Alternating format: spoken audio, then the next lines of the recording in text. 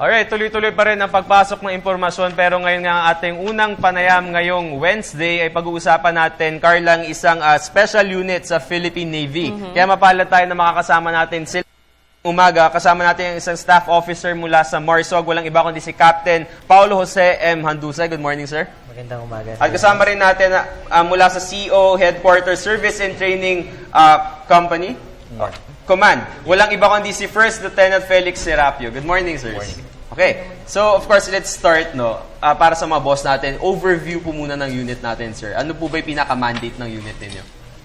Actually, ang mission namin is to conduct ground and amphibious reconnaissance and surveillance and special operations in support sa Philippine Marine mission. Okay. Itong Marsog na to ay first created 8 years after nung na-create yung Philippine Marine Corps. So ang unang pangalan niya ay yung Marine Raiders Platoon. So led by then Lieutenant Junior Grade Rodolfo G. Punsalang. So after noon nung 1972 naging binago yung pangalan niya, naging Force Recon Battalion. And then ngayong March lang naging Marine Special Operations Group na siya. Okay. Ayan, napag-usapan na nga, nabanggit nyo na nga po itong Special Operations Unit. Sa tingin nyo po, ano po yung edge nyo sa ibang Special Operations Unit?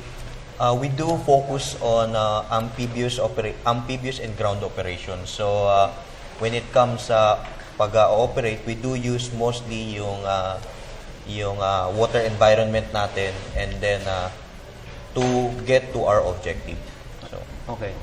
Ayan, so talaga, syempre, napakaraming units kasi sa loob ng Navy, di ba? Kaya talagang inaalam natin kung ano yung mga, basically, yung functions nila. Ngayon, sir, Captain Handusay, maraming mga adjustments na ginagawa dahil sa pagbabago ng internal security operations. So, paano po yung naging adjustment ng unit nyo dito?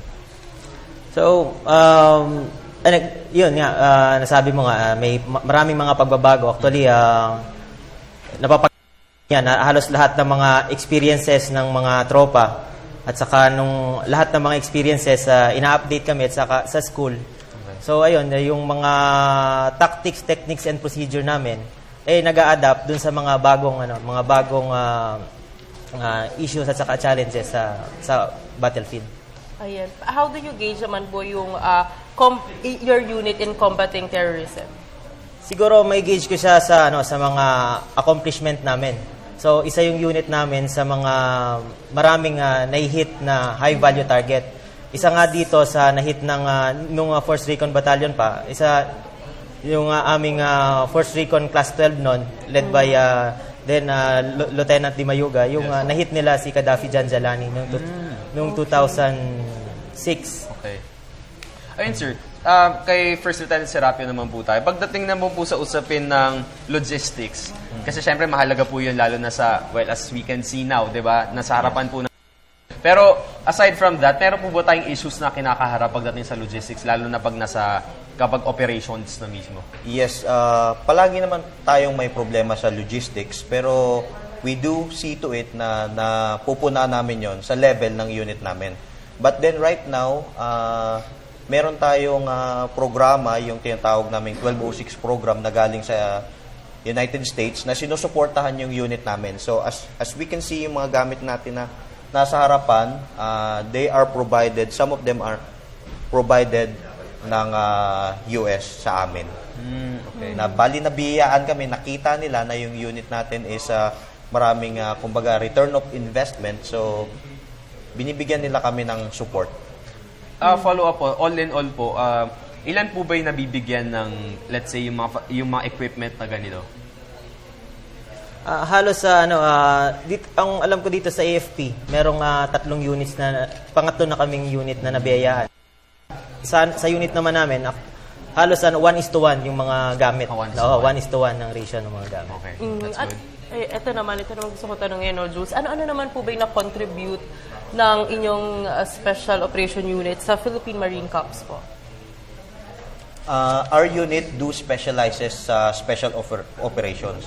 When you say special operations, we do hit targets, yung mga masasabi natin kalaban ng gobyerno. So, most of the high-value targets dito sa Pilipinas na member ng Abu Sayyaf, which is linked sa Al-Qaeda, is in every theater na may nahit na high-value targets, nandyan yung MARSOG. Alright. Okay, Captain Handusay, ano po ba itong Force Recon Marine? And what are the requirements na syempre kailangan kung merong mga nag-a-aspire na maging kabilang dito? So bali itong Force Recon Marine, ito yung special operations ng Philippine Marines. In order for you na maging ma-qualify dito sa MARSOG, so kailangan na membro ka na ng Philippine Marines. And then once na member ka na, so kailangan mong maipasa yung mga certain mga requirements, saka physical exam at saka mental and physical exam. Then yun, pwede ka nang mag-undergone itong Force Recon training. Pagdating po sa usapin ng siguro physical and mental exam, siguro mas may idea tayo sa physical exam, Yes, di ba? Pero pagdating sa mental exam, ano ba usually yung tinitest doon? Actually, neuro exam lang naman yung sa Okay. neuro exam din lang yung kinukuha, binibigay ng And then exam. yung duration po before becoming part of this group. So Nung- di ba, kailangan part ka muna ng Marine. Yes. Tapos noon, ano pa yung duration before being part of this? So 6 months ang training. Then after nung training, yun na nga yung may 1 month na test mission. May test mission yung mga estudyante. Depende ito kung saan yung lugar na nangangailangan. So last time nga, nung yung sa Sulu, yung Force Recon Class 19. Aha, ayan. So, Jules, siguro message na lang po to our viewers.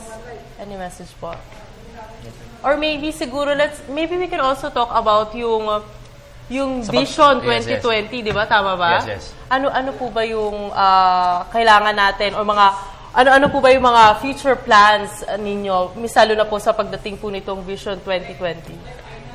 So ang vision namin by 2020, highly capable Marine Special Operations Unit na kami ng Philippine Marines. And so we're really hoping na talagang marating natin, especially now, na marami namang mga grupo na talagang tumutulong sa ating sa Marine. So it's very feasible, no, Carla, na talagang ma-achieve natin ito. Pero before we end, lalo na sa pagpasok ng Bagyong Glenda ngayon, siguro pa-happy hour lang, sir, no, ano po ba yung mga naging efforts ng kabuuan ng Navy para po sa paghahanda, sa pagtulong? Kasi alam naman natin, di ba, Carla, na sa lahat ng mga bagyo before, totoo yan. talagang abrupt talagang dumarating ang tulong ng Navy. Actually, dito sa Marines, meron kami yung kung tawagin namin na DRRU. Okay. So, last time, nung bagyong Pablo, so kasama kami sa search and rescue missions, lalo na dun sa mga area na kailangan talaga ng tulong. Actually, lahat ng units sa Navy tsaka sa Marines, kinukuhaan ng personnel, tapos kinukompose doon sa DRRU para wherever we need them, ipapadala ka agad doon. Okay, so ready for deployment na Yes. lahat. Do we have any siguro opportunity for our siguro audience na kung gusto tumulong or mag-volunteer? Open po ba? Meron namang meron sa Marines na kung sinong gaya nga no last time yung sa Bagyong Yolanda, kung sinong gusto mag-volunteer na mag-pack ng mga relief goods. So open naman, punta lang kayo sa aming headquarters sa Taguig City. Most likely Okay. Ayan. So at least nalaman na natin, no, aside from yung pinaka-function ng naturang opisina to ng Philippine Navy, talagang magiging aktibo rin ang MARSOG para siyempre tumulong din sa lahat ng mga nasalanta ng Bagyong Glenda. So muli, mga boss, nakasama natin si Captain Paulo Jose Handusay, as a staff officer ng MARSOG, at mula naman sa CO Headquarters Service and Training, walang iba kundi si First Lieutenant Felix Serapio. Maraming salamat po. Maraming salamat.